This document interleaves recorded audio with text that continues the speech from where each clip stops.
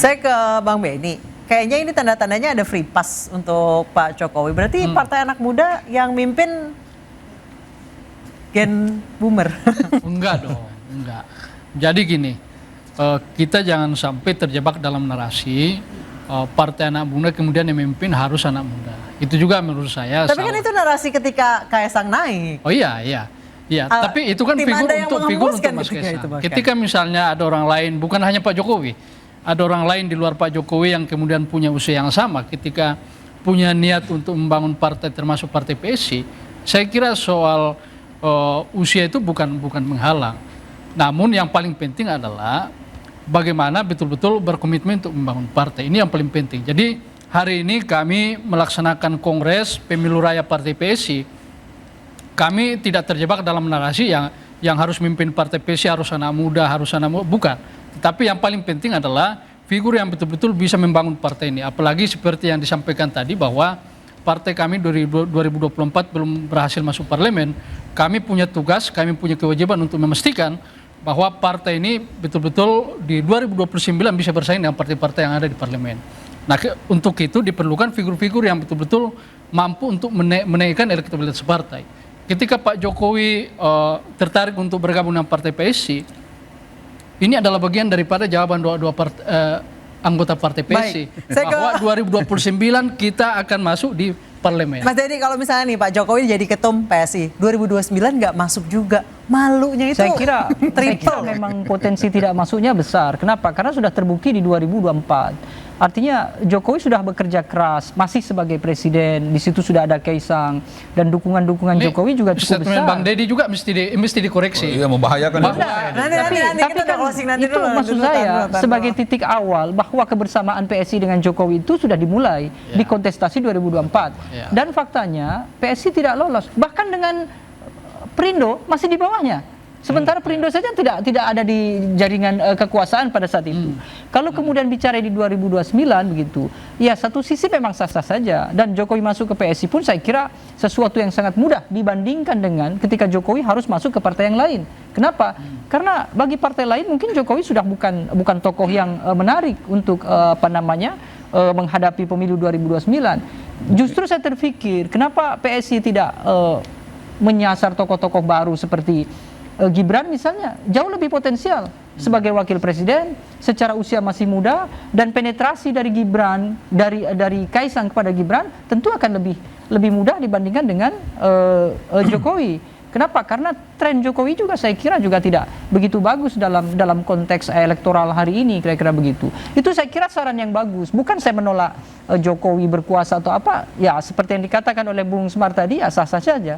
Artinya ini memang fase di mana Jokowi tetap perlu berkuasa, dengan satu sisi dia perlu menjaga supaya keutuhan kekuasaan keluarganya tetap terjamin. Kenapa? Karena hari ini saja ketika berkaitan dengan Joko Widodo, kan pertentangan itu banyak sekali. Termasuk Gibran, bagaimana kritik dari bawah cukup keras, bahkan Bobi juga mendapatkan kritik yang cukup keras, sehingga kalau sampai kemudian Jokowi berkuasa di partai politik itu punya potensi, maka itu akan bagus sekali. Pak Jokowi merasa perlu, itu yang saya underline, perlu untuk berkuasa. Iya. Ya, bukan soal berkuasa atau enggak. Cuma saya tadi mau coba bantah Dedi. Deddy Kurnia ini saya cuma kasih saran itu, mungkin karena seringkali salah data, jadi salah bicara. Kalau disampaikan bahwa partai-partai politik lain selain PSI itu tidak menarik, bahwa Jokowi itu bukan sosok yang pada saat ini penting gitu ya buat kepartaian. Buktinya partai-partai itu menawarkan Pak Jokowi kok. Buktinya Golkar, Gerindra dan lain sebagainya itu kan memang secara indikasi bahwa Pak Jokowi masih dibutuhkan partai-partai itu. Satu, itu salah. Ya bahwa memang sekarang kita bicara karpet merah parpol untuk Pak Jokowi, ini karena karpet merah Nisa. Jadi kalau karpet merah ini rasa-rasanya PSI ini kan merah ya. Mungkin kalau ke Golkar karpet kuning buat Pak Jokowi gitu loh. Ini karena karpet merah rasa-rasanya arah ke sana, dan menurut saya sih sah-sah saja. Jadi kalau misalnya kau tanyakan bahwa memang Pak Jokowi itu hasrat berkuasa tadi. Perlu untuk berkuasa. Berpolitik ya. Ya berpolitik iya. Berkuasa kan dia sudah berkuasa. Apalagi presiden 2 periode. Gubernur dia jalanin. Dia udah jadi wali kota. Mana ada presiden yang sekarang itu pernah menjabat di Republik ini seperti Pak Jokowi. Tapi pernah jadi wali kota, pernah jadi gubernur, terus jadi presiden 2 periode. Gak ada. Terus apa lagi yang mau dikuasai oleh Pak Jokowi? Dia sudah pernah berkuasa. Bahwa dia punya hasrat berpolitik ya sah-sah saja. Kan politik itu tidak selalu outputnya berkuasa, tidak juga. Bahwa politik itu akhirnya juga dia ingin coba membangun kanalisasi, bagaimana membangun masyarakat dan lain sebagainya, kan boleh-boleh juga.